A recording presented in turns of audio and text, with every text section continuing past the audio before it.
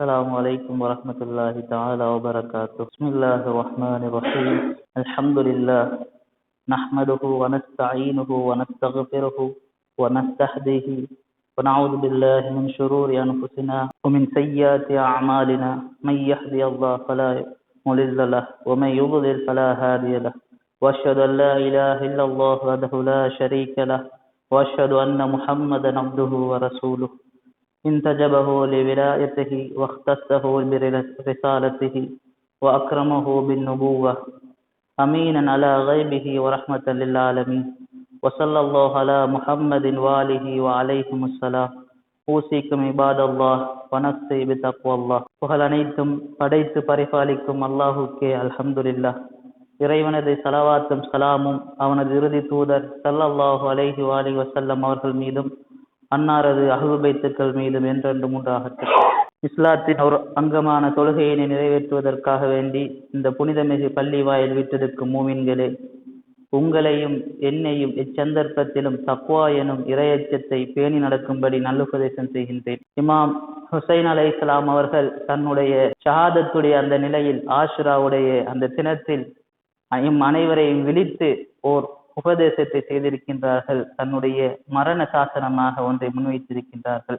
அது என்னவென்றால் தக்வாவாக இருக்கின்றது. இமாம் அவர்கள் எவ்வாறு குறிப்பிடுகின்றார்கள்? இபாத் அல்லாஹ், அல்லாஹுவின் அடியார்களே, இத்தகுல்லாஹ், நீங்கள் அல்லாஹுவை அஞ்சிக் கொள்ளுங்கள், தக்வாவை பேணி நடந்து கொள்ளுங்கள். வகூனு மினத் துன்யா அலா ஹதர், இந்த உலகத்துடைய நிலையில் நீங்கள் எச்சரிக்கையாக இருந்து கொள்ளுங்கள். இந்த உலகத்தில் நடக்கக்கூடிய வீண் விடயங்களிலிருந்து நீங்கள் தவிர்ந்து நடங்கள். நிலையாக இருக்கக்கூடிய மறுமை வாழ்க்கைக்காக வேண்டி நீங்கள் முடிவில்லாத அந்த பிரயாணத்துக்குரிய பொதியாக ஒரு கட்டுச்சாதனமாக நீங்கள் தக்வாவை எடுத்துக்கொள்ளுங்கள். அதுதான் மிகவும் சிறந்த ஓர் உபகரணமாக இருக்கின்றது என்று இமாம் அவர்கள் குறிப்பிடுகின்றார்கள். மேலும் கூறுகின்றார்கள், வத்தகுல்லாஹ், நீங்கள் அல்லாஹுவை அஞ்சிக் கொள்ளுங்கள், லஅல்லக்கும் துஃப்லிஹூன், நீங்கள் வெற்றி அடையக்கூடும். இமாம் ஹுசைன் அலைஹிஸ்ஸலாம் அவர்கள் தன்னுடைய இறுதி மரண உபதேசமாக எம் அனைவருக்கும் கூறிய விடயம் தக்வாவாக இருக்கின்றது.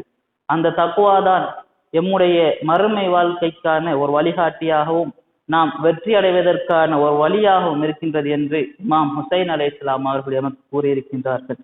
எனவே இமாம் அவர்களுடைய அந்த இறுதி வார்த்தையை எம்முடைய வாழ்க்கையின் முதலாவது அங்கமாக எடுத்து நடப்பதற்கு வல்ல நாயன் எம் அனைவருக்கும் அருள் புரிவானாக. நாம் இருக்கக்கூடிய இந்த மாதம் புனிதமிகு துல்ஹஜ் மாதமாக இருக்கின்றது.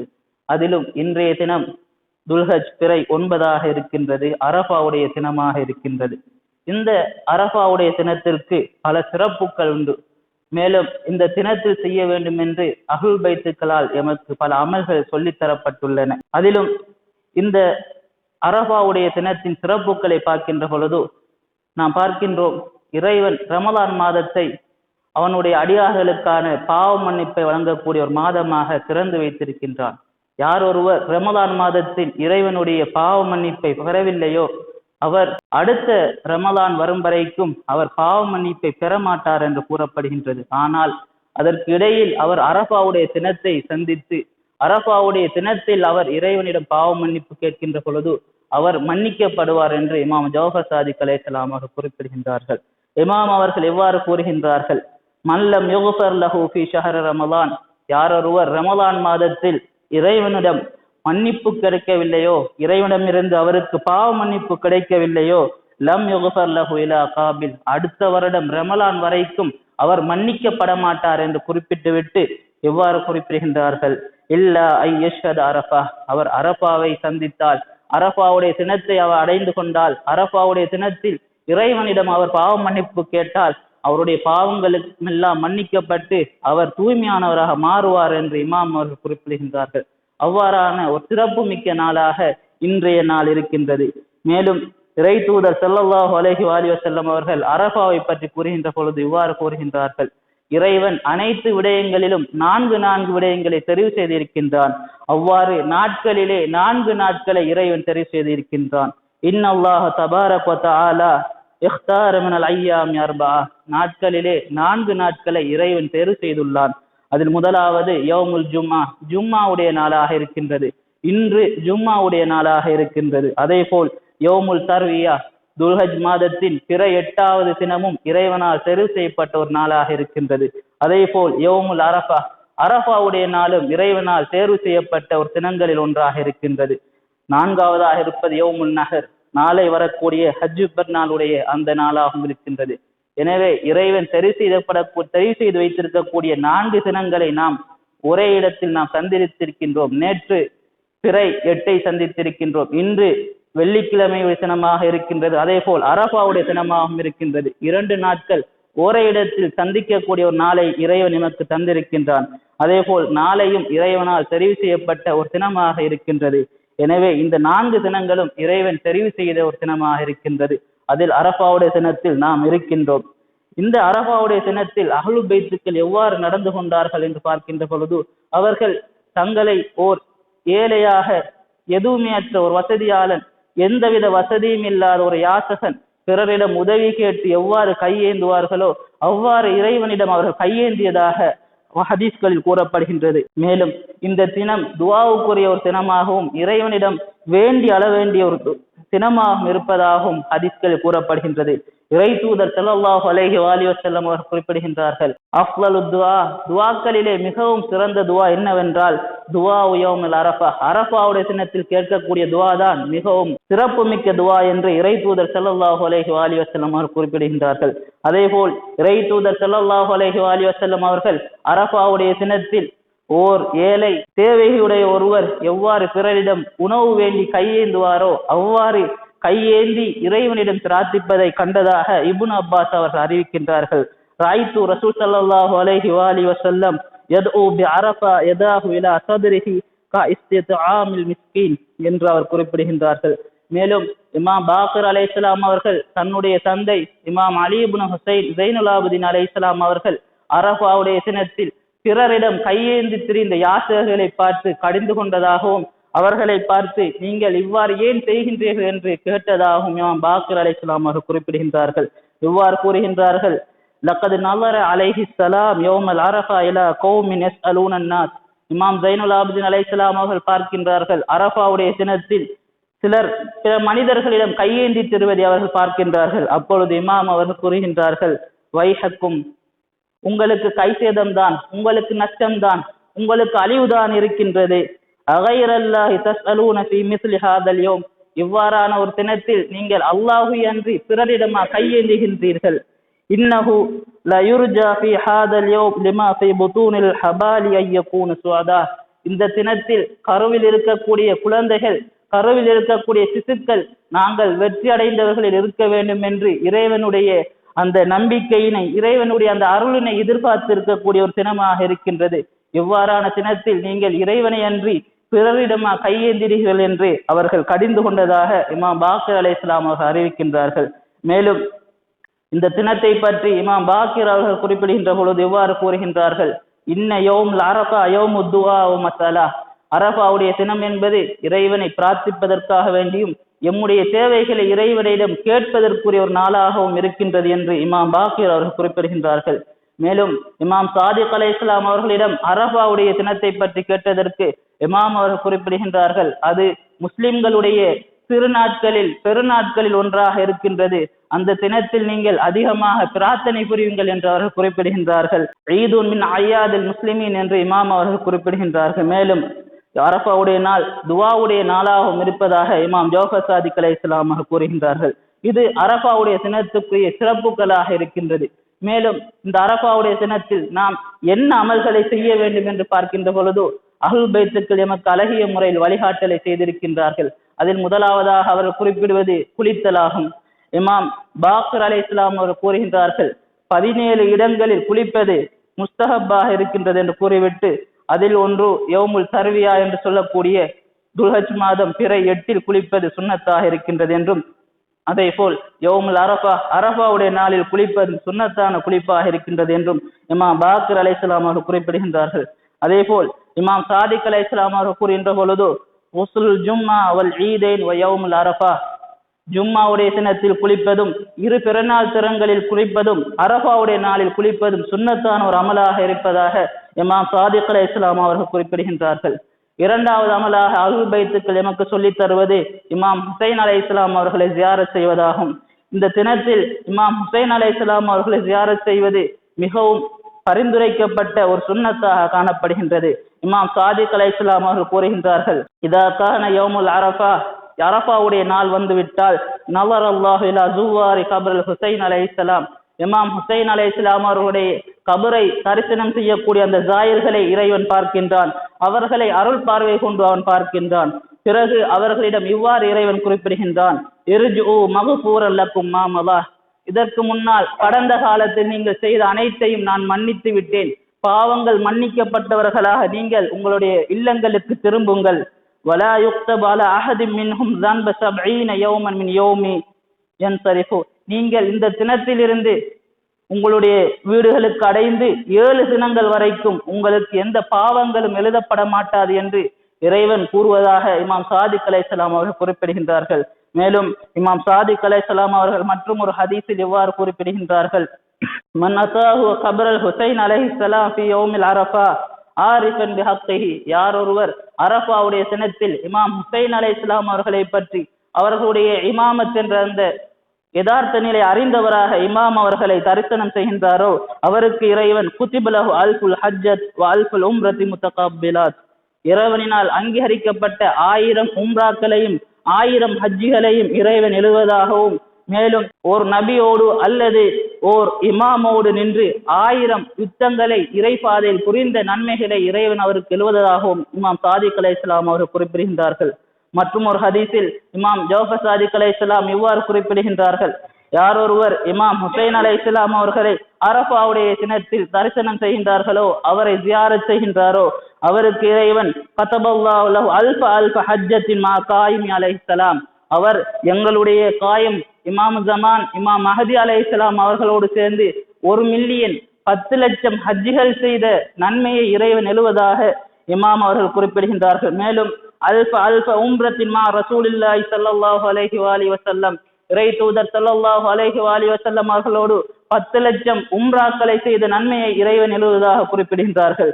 மேலும் இத்துக்கு அல்ஃப நசமத்தின் 10 லட்சம் அடிமைகளை விடுதலை செய்த நன்மையினையும், வஹுமலானி அல்ஃப ஃபரஸின் ஃபீ ஸபீலில்லாஹ், இறைவனுடைய பாதையில் 10 லட்சம் குதிரைகளை அலங்கரித்து இறைவனுடைய பாதையில் யுத்தத்திற்கு அனுப்பிய நன்மைகளை இறைவன் அவருக்கு வழங்குவதாகவும் இமாம் சாதிக் அலைஹிஸ்ஸலாம் அவர் குறிப்பிடுகின்றார்கள். மேலும் மலக்குகள் அவரை சித்திக்குன் உண்மையாளர் என்று அழைப்பார்கள் என்றும் இமாம் அவர்கள் குறிப்பிடுகின்றார்கள்.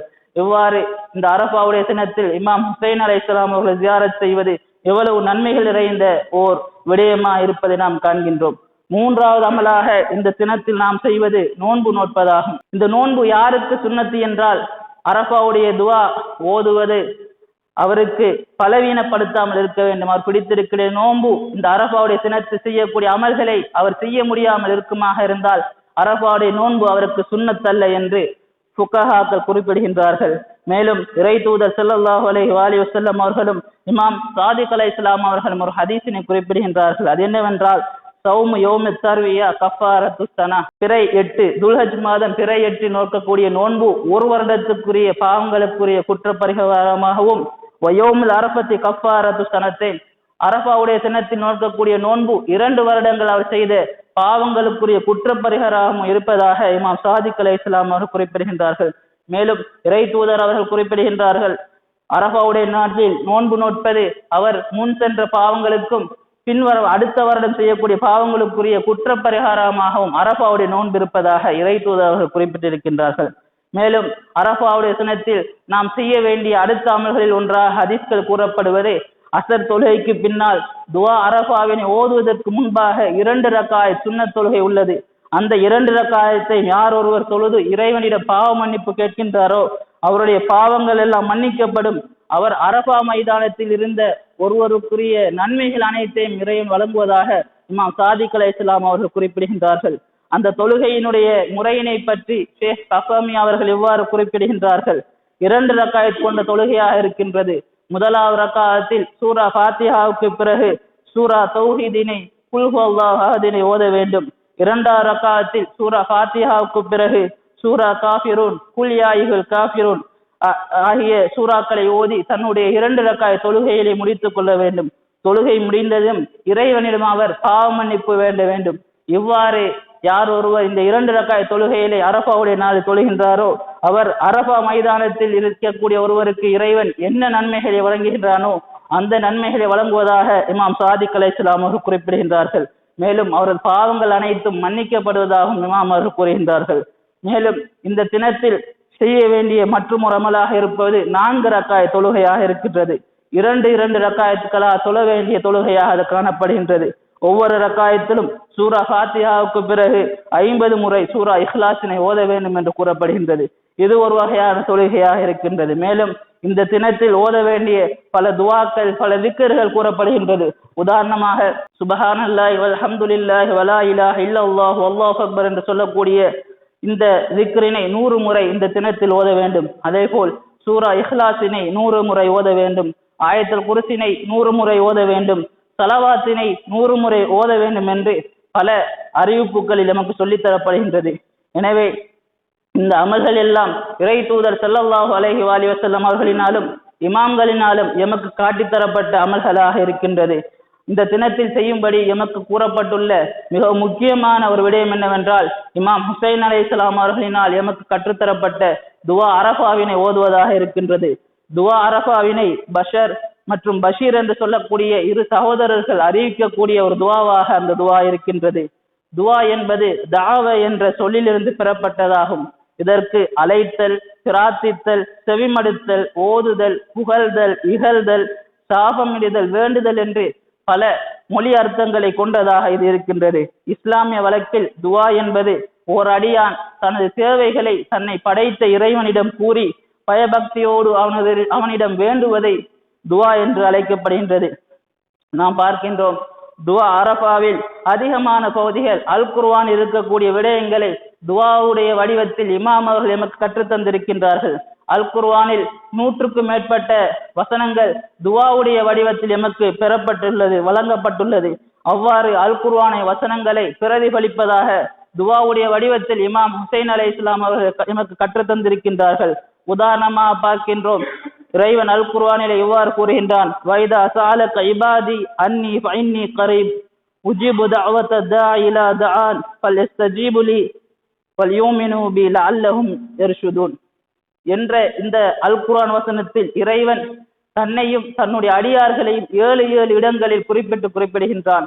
தனக்கும் தன்னுடைய அடியார்களுக்கும் இருக்கக்கூடிய தொடர்பினை இதில் இறைவன் எமக்கு விளக்குகின்றான். இந்த அல் குர்ஆன் வசனத்தை பிரதிபலிப்பதாக துஆல் அரஃபாவிலே இமாம் அவர்களுடைய ஒரு பகுதி உள்ளது. அதில் இமாம் அவர்கள் இவ்வாறு வேண்டுகின்றார்கள், அல்லாஹும்ம இன்னக அக்ரபு மன் துஇய, இறைவா நிச்சயமாக நீயே அழைக்கப்படுபவர்களுக்கு மிகவும் நெருக்கமாக இருக்கின்றாய். வாஸ்ரவு மன் அஜாப, விடையளிப்பவர்களில் மிகவும் துரிதமாக விடையளிப்பவனாக நீயே காணப்படுகின்றாய். வக்ரமு மன் அஃபா, மன்னிப்பவர்களில் கொடை கொடுப்பவர்களில் மிகவும் சிறந்தவனாக நீயே காணப்படுகின்றாய். வஅவ்ஸவு மன் அஅதா, கொடுப்பவர்களிலே மிகவும் அதிகமாக கொடுப்பவனாக நீ காணப்படுகின்றாய். வாஸ்மவு மன் சுஇல, கேட்போரில் அதிகமாக செவிமடுப்பவனாக நீ இருக்கின்றாய் என்று மேற்கூறிய அல் குர்ஆன் வசனத்தை பிரதிபலிப்பதாக இமாம் அவர்கள் துவா அமைந்திருக்கின்றது. அதே போல் மற்றும் ஒரு அல் குர்ஆன் வசனத்தை பார்த்தால் இறைவன் இவ்வாறு குறிப்பிடுகின்றான், கால ரப்புக்கும் அதுஊனி அஸ்தஜிபு லக்கும், நபியை நீங்கள் கூறுங்கள், உங்களுடைய இறைச்சனிடம் நீங்கள் கேளுங்கள், அவன் உங்களுக்கு பதில் அளிப்பான் என்ற அந்த திருக்குர்ஆன் வசனத்தை பிரதிபலிப்பதாக துவா அரஃபாவில் இமாம் அவர்கள் இவ்வாறு குறிப்பிடுகின்றார்கள், தஅவுதுக ஃபஜப்தனி, நான் உன்னை அழைக்கின்றேன், நீ எனக்கு பதில் அளிக்கின்றாய் என்று இமாம் அவர்கள் அந்த அல் குர்ஆன் வசனத்தை பிரதிபலிப்பதாக தன்னுடைய துவாவில் குறிப்பிடுகின்றார்கள். இந்த 2 அல் குர்ஆன் வசனத்தையும் இந்த துவா அரஃபாவில் வரக்கூடிய இந்த சில அடிகளை வைத்து பார்க்கின்ற பொழுது நாம் சில விடயங்களை புரிந்து கொள்ள முடியும்.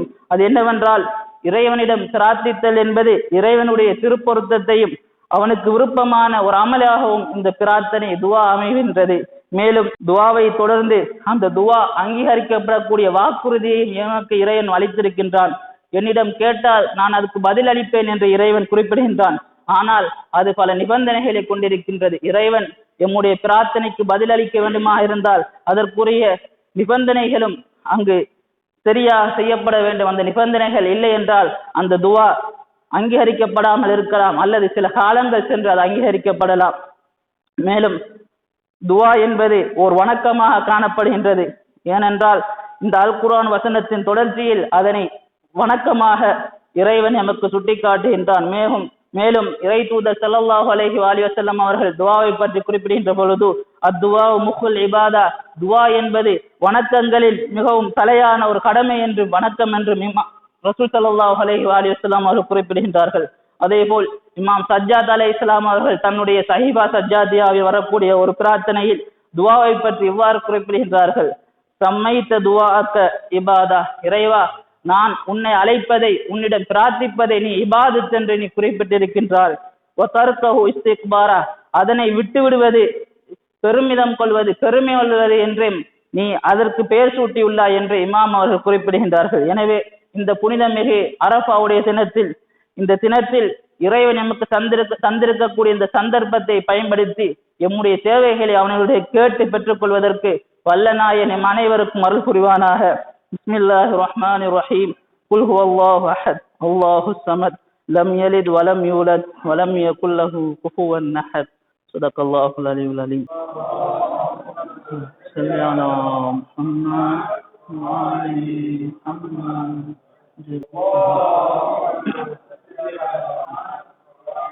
பிஸ்மில்லாஹிர் ரஹ்மானிர் ரஹீம். அல்ஹம்துலில்லாஹ் நஹ்மதுஹு வ நஸ்தஈனுஹு வ நஸ்தக்ஃபிருஹு வ நஸ்தஹ்திஹி வ நு'மினு பிஹி வ நதவக்கலு அலைஹி வ நஊது பில்லாஹி மின் ஷுரூரி அன்ஃபுஸினா வ மின் ஸய்யிஆத்தி அமாலினா மன் யஹ்தியல்லாஹு ஃபலா முضில்ல லஹு வ மன் யுضلل ஃபலா ஹாதிய லஹு.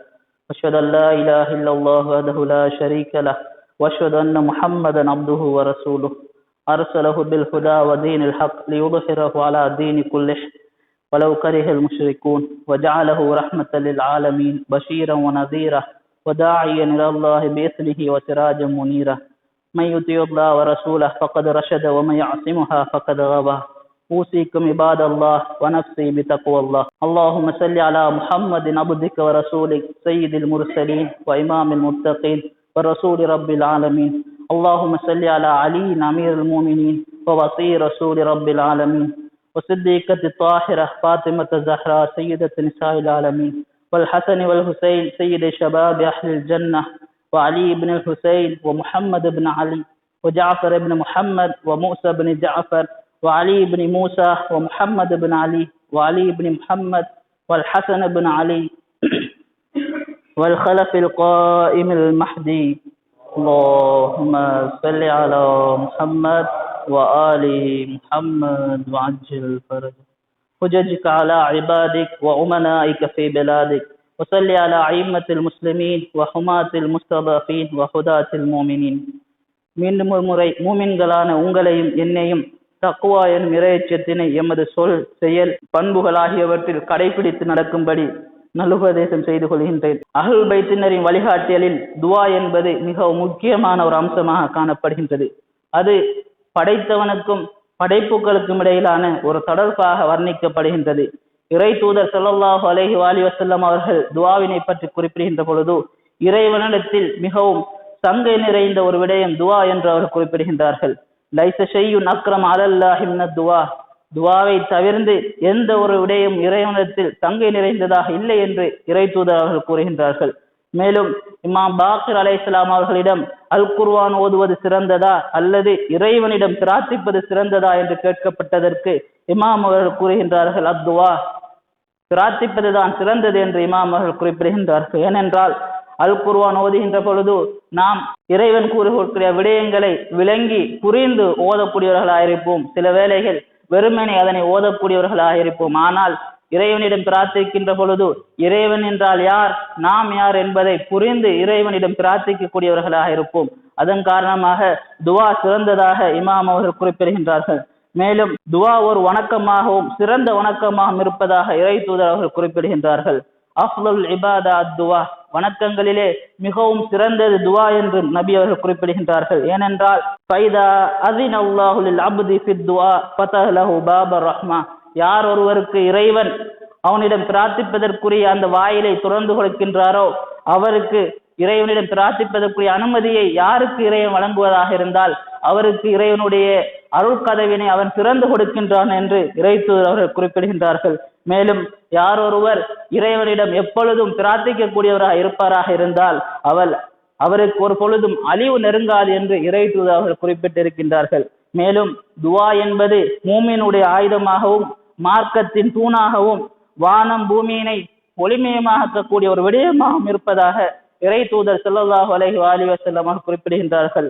அத்துவா சிலாஹுல் மோமின் அமூதுத்தீன் வனூரு சமாவாத்தி வல்லார் என்று இறை தூதர் கூறுகின்றார்கள். மேலும் மனிதர்களிலே மிகவும் இயலாதவர் யார் என்றால் பிரார்த்தனை புரிவதற்கு மிகவும் பிரார்த்தனை புரியாமல் இருக்கக்கூடியவர்கள் தான் மனிதர்களிலே இயலாத ஒருவர் என்று இமாம் அவர்கள் குறிப்பிடுகின்றார்கள். மேலும் இறைவனை யார் அதிகமாக புரிந்திருக்கின்றாரோ இறைவனை அறிந்திருக்கின்றாரோ அவர்தான் இறைவனிடம் பிரார்த்திக்கக்கூடியவராக இருக்கின்றார் என்று இமாம் அலி அலைஹிஸ்ஸலாம் குறிப்பிடுகின்றார்கள். இமாம் அவர்கள் இவ்வாறு கூறுகின்றார்கள், ஆலமுன்னாஸி பில்லாஹி சுப்ஹானஹு, யார் இறைவனை அதிகமாக அறிந்திருக்கின்றாரோ விளங்கியிருக்கின்றாரோ அவர்தான் அக்ஸருஹும் லஹு மஸ்அலா, இறைவனிடம் அதிகமாக பிரார்த்திக்கக்கூடியவராக காணப்படுவார் என்று இமாம் அலி அலைஹிஸ்ஸலாம் குறிப்பிடுகின்றார்கள். மேலும் பிரார்த்தனை என்பது ஒரு வணக்கமாகவும் பிரார்த்திக்காதவர் நரகவாதி என்றும் ஹதீஸ்களில் கூறப்படுகின்றது. இமாம் பாக்கிர் அலைஹிஸ்ஸலாம் அவர்கள் கூறுகின்றார்கள், இறைவன் அல் குர்ஆனிலே இன்னல்லதீன யஸ்தக்பிரூன அன் இபாதத்தி சயதுகுலுஹும் ஜஹன்னமல் தாஹிரீன் என்ற அல் குர்ஆன் வசனத்திற்கு விளக்கம் கேட்டதற்கு இமாம் அவர்கள் இவ்வாறு குறிப்பிடுகின்றார்கள், அது துவாவாக இருக்கின்றது, ஏனென்றால் அதுதான் மிகவும் சிறந்த ஒரு வணக்கமாக இருக்கின்றது இமாம் அவர்கள் குறிப்பிடுகின்றார்கள். அதாவது இறைவனுடைய வணக்கத்தை விட்டும் யார் தன்னை ஒரு பெருமிதம் கொண்ட ஒருவராக நினைத்து இறைவனை வணங்காமல் யார் இருக்கின்றாரோ அவர்களை நாங்கள் நரகத்தில் நுழைப்போம் என்ற அந்த அல் குர்ஆன் வசனம் எந்த வணக்கத்தை குறிக்கின்றது என்று இமாம் அவர்கள் கேட்கப்பட்டதற்கு இமாம் அவர்கள் அது துவா என்று குறிப்பிடுகின்றார்கள். மேலும் பிரார்த்தனை என்பது நபிமார்களின் ஆயுதம் என்றும் இமாம் ரிதா அலைஹிஸ்ஸலாம் அவர்கள் குறிப்பிடுகின்றார்கள். இமாம் அவர்கள் இவ்வாறு குறிப்பிடுகின்றார்கள், அலைக்கும் பிஸ்ஸலாஹில் அன்பியா, நீங்கள் நபிமார்களுடைய ஆயுதத்தை பற்றி பிடித்துக் கொள்ளுங்கள் என்று இமாம் அவர்கள் குறிப்பிடுகின்றார்கள். அப்பொழுது இமாம் அவர்களிடம் கேட்கப்படுகிறது, ஒமா சிலாஹுல் அன்பியா, நபிமார்களுடைய ஆயுதம் என்றால் என்ன என்று கேட்க இமாம் அவர்கள் கூறுகின்றார்கள், அத்துவா, அது துவாவாக இருக்கின்றது, பிரார்த்தனையாக இருக்கின்றது என்று இமாம் ரிதா அலைஹிஸ்ஸலாம் அவர்கள் கூறுகின்றார்கள். மேலும் ஆபத்துக்களை தடுக்கக்கூடிய ஒரு விடயமாக துவா இருப்பதாக ரசூல் ஸல்லல்லாஹு அலைஹி வஸல்லம் கூறுகின்றார்கள். இத்ஃபஉ அபுஅபல் பலா பித்துவா, துவாவின் மூலம் உங்களுக்கு வரக்கூடிய ஆபத்துக்களுடைய வாயில்களை நீங்கள் மூடிக்கொள்ளுங்கள் என்று இறை தூதர்கள் குறிப்பிடுகின்றார்கள். மேலும் அனைத்து நோய்களுக்குரிய நிவாரணியாகவும் துவா காணப்படுவதாக இமாம் சாதிக் அலைஹிஸ்ஸலாம் அவர்கள் கூறுகின்றார்கள். அலைக்க பித்துஆ ஃபஇன்ன ஃபீ ஷிஃபாஅன் மின் குல்லி தா, அனைத்து வலிகளுக்கும் அனைத்து நோய்களுக்குரிய தீர்வாக மருந்தாக துவா இருக்கின்றது, அதை நீங்கள் பற்றி பிடித்துக் கொள்ளுங்கள், அதை நீங்கள் பேணிக் கொள்ளுங்கள் என்று இமாம் சாதிக் அலைஹிஸ்ஸலாம் அவர்கள் குறிப்பிடுகின்றார்கள். இவ்வாறு துவாக்களுக்கு பல சிறப்புகளும் பல முக்கியத்துவங்களும் காணப்படுவதை நாம் அஹ்லுல் பைத்துடைய ஹதீஸ்களிலிருந்து அறியக்கூடியதாக இருக்கின்றது. மேலும் நாம் இறைவனிடம் எவ்வாறு கேட்க வேண்டும், எவ்வாறு இறைவனிடம் எம்முடைய சேவைகளை முன்வைக்க வேண்டும் என்பதை பற்றி மிகவும் அற்பமான அறிவுடையவர்களாக இருக்கின்றோம். ஆனால் இறைவனால் தெரிவு செய்யப்பட்ட நபிமார்கள் இமாம்களினால் எமக்கு இறைவனிடம் எவ்வாறு பிரார்த்திக்க வேண்டும், எந்த சந்தர்ப்பத்தில் எந்த விடயத்தை இறைவனிடம் கேட்க வேண்டும் என்று எமக்கு கற்றுத்தரப்பட்டுள்ளது.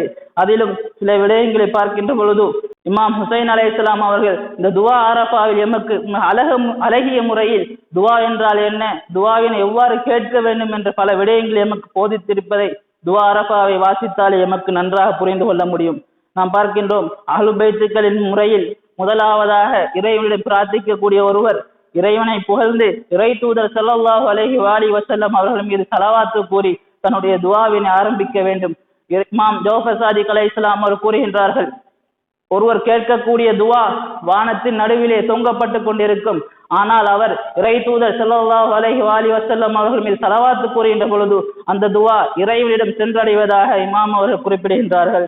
நாம் துவா அரஃபாவை பார்க்கின்ற பொழுது இமாம் ஹுசைன் அலைஹிஸ்ஸலாம் அவர்கள் ஆரம்பத்திலே அல்ஹம்துலில்லாஹ் அல்லதி லைஸ லிகதாஇஹி தாஃபி என்று இறைவனை புகழ்ந்து தன்னுடைய துவா அரஃபாவினை ஆரம்பிக்கின்றார்கள்.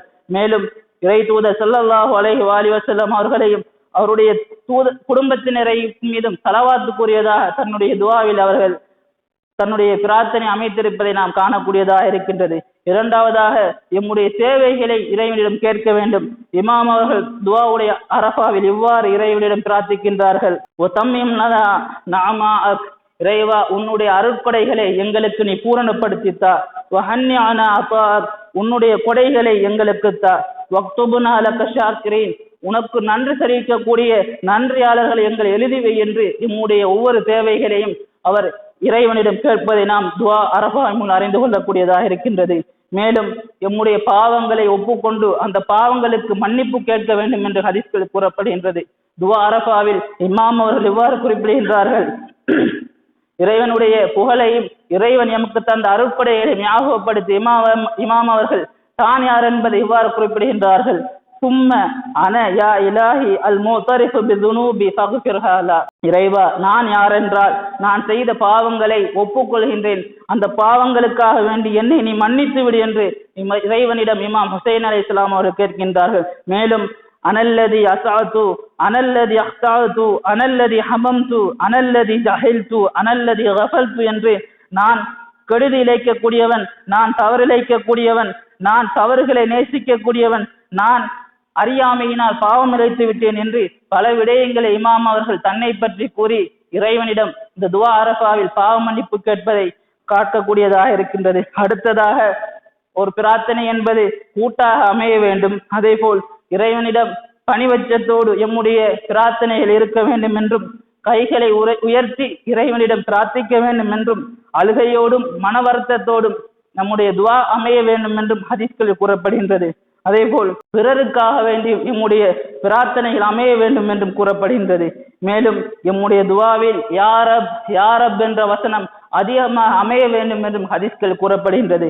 நாம் பார்க்கின்றோம், துவா அரஃபாவில் இமாம் அவர்கள் வன்தலா குல்லி ஷைஇன் கதீர் யாரப் என்று அதிகமாக கூறியதாக ஹதீஸ்கள் வந்துள்ளது. மேலும் ஒரு குறிப்பிட்ட நேரத்தில் ஒரு குறிப்பிட்ட இடத்தில் பிரார்த்தனை புரிய வேண்டும் என்றும் சில ஹதீஸ்கள் வந்திருக்கின்றது. அரஃபாவுடைய நாள் இறைவனினால் தெரிவு செய்யப்பட்ட ஒரு நாளாக இருக்கின்றது. அரஃபாவுடைய மைதானம் இறைவனினால் சங்கைப்படுத்தப்பட்ட ஒரு இடமாக இருக்கின்றது. அந்த இடத்தில் இருந்து எமக்கு இமாம் ஹுசைன் அலைஹிஸ்ஸலாம் அவர்கள் அந்த பிரார்த்தனை எமக்கு கற்றுத் தந்திருக்கின்றார்கள். அந்த நேரத்தில் நாம் கேட்கக்கூடிய பிரார்த்தனையும் அங்கீகரிக்கப்படும் என்று ஹதீஸ்கள் கூறப்பட்டுள்ளது. எனவே இந்த புனிதமிகு நாளை தந்த வல்ல நாயன் அல்லாஹ்வுக்கு எல்லா புகழும். இந்த நாளில் இமாம் ஹுசைன் அலைஹிஸ்ஸலாம் அவர்கள் கற்றுத்தந்த அந்த துஆவினை கேட்டு இமாம் ஹுசைன் அலைஹிஸ்ஸலாம் அவர்களுக்கு இறைவன் வழங்கிய அந்த அருள் பாக்கியத்தை எம் அனைவருக்கும் வழங்க வேண்டும் என்று இறைவனிடம் இந்த நாளில் பிரார்த்தனை புரிந்து கொள்வோம். இந்த அரஃபாவுடைய நாள் துல்ஹஜ் பிறை 9 என்பது இஸ்லாமிய வரலாற்றில் மிக முக்கியமான ஒரு நாளாக இருக்கின்றது. கர்பலாவின் ஆரம்பம் இன்றைய நாள் என்று கூறலாம். இமாம் ஹுசைன் அலைஹிஸ்ஸலாம் அவர்கள் தன்னுடைய தூதுவராக முஸ்லிம் இப்னு அகீல் அவர்களை கூபாவுக்கு அனுப்பியிருந்தார்கள். அந்த முஸ்லிம் இப்னு அகீல் அவர்கள் துல்ஹஜ் பிறை 9 ஹிஜ்ரி 60 இப்னு சியாதினால் கொலை செய்யப்படுகின்றார்கள்.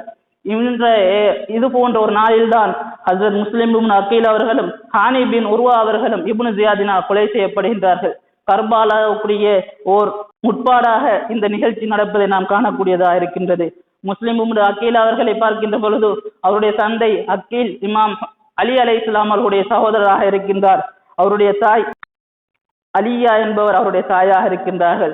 முஸ்லிம் இப்னு அகீல் அவர்கள் அமீர் மூமினின் அலி அலைஹிஸ்ஸலாம் அவர்களுடைய மகளான ருக்கையா என்பவரை திருமணம் முடித்த ஒருவராக இருக்கின்றார். இறை தூதர் ஸல்லல்லாஹு அலைஹி வஸல்லம் அவர்கள் முஸ்லிமுக்காக இவ்வாறு பிரார்த்திக்கின்றார்கள், முஸ்லிம் அவர்களுக்காக வேண்டி மூமின்கள் எல்லாம் அழுவார்கள். இறைவனுக்கு மிகவும் நெருக்கமான மலக்குகள் அவருக்கு சலாம் கூறுவார்கள் என்று இறை தூதர் ஸல்லல்லாஹு அலைஹி வஸல்லம் அவர்கள் முஸ்லிம் அவர்களை பற்றி குறிப்பிட்டிருப்பதை காணக்கூடியதாக இருக்கின்றது.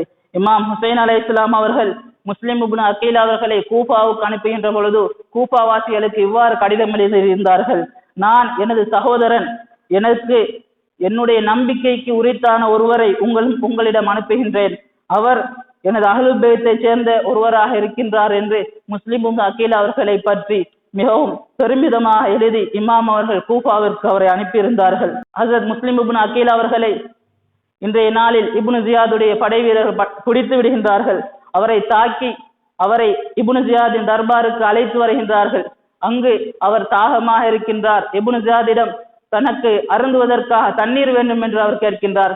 அப்பொழுது ஒரு கோப்பையிலே முஸ்லிம் இப்னு அகீல் அவர்களுக்கு தண்ணீர் வந்து கொடுக்கப்படுகின்றது. அவர் தண்ணீரை குடிப்பதற்காக வேண்டி அந்த தண்ணீர் கோப்பை எடுக்கின்ற பொழுது அவருடைய வாயிலிருந்து இரத்த துளி அந்த தண்ணீர் கோப்பைக்குள் சிந்தி விடுகின்றது.